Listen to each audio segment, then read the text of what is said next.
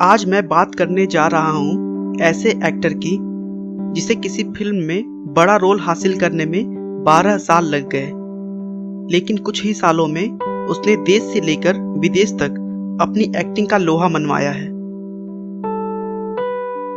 नवाजुद्दीन सिद्दीकी का जन्म 1974 में उत्तर प्रदेश के मुजफ्फरनगर जिले के एक छोटे से गांव बुढ़ाना में हुआ था।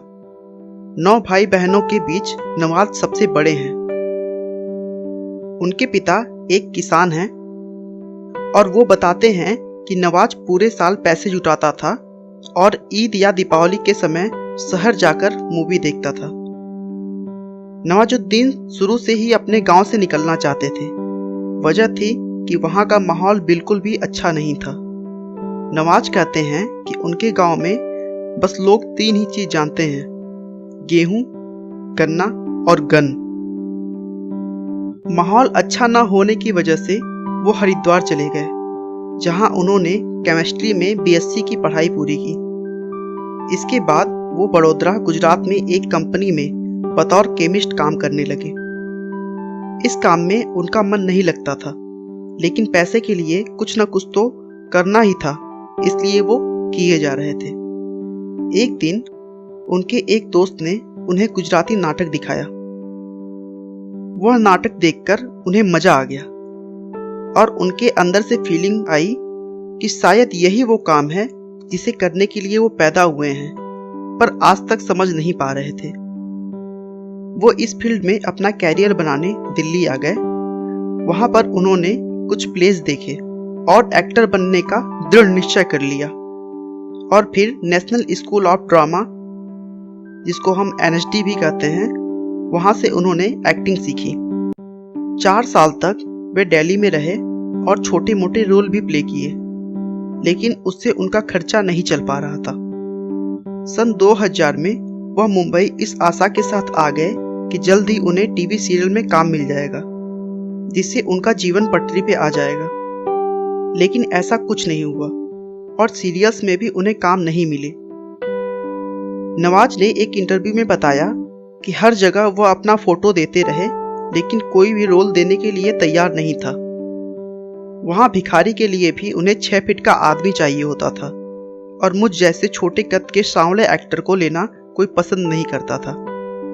नवाज के पास अब बिल्कुल भी पैसे नहीं बचे थे, इसीलिए उन्होंने नेशनल स्कूल ऑफ ड्रामा के एक सीनियर से पनाह मांगी और उसने एक शर्त पे उन्हें अपने वहां रखा कि घर का पूरा काम तुम्हें ही करना पड़ेगा।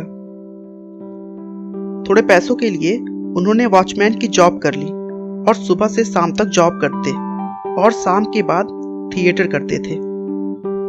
सीरियल में जॉब न मिलने के बाद नवाज ने फिल्मों में छोटे मोटे रोल खोजना शुरू किया। कैसे भी करके रोल मिला तो, लेकिन उनके शुरुआती दिन बहुत ही कठिन थे। उनका अभिनय पॉकेट मार और धक्का मार तक ही सीमित रह जाता था, लेकिन उन्होंने हार नहीं मानी और आशा लगाकर बैठे रहते कि कभी न कभी तो कोई बड़ी भूमिका उन्हें जरूर मिलेगी।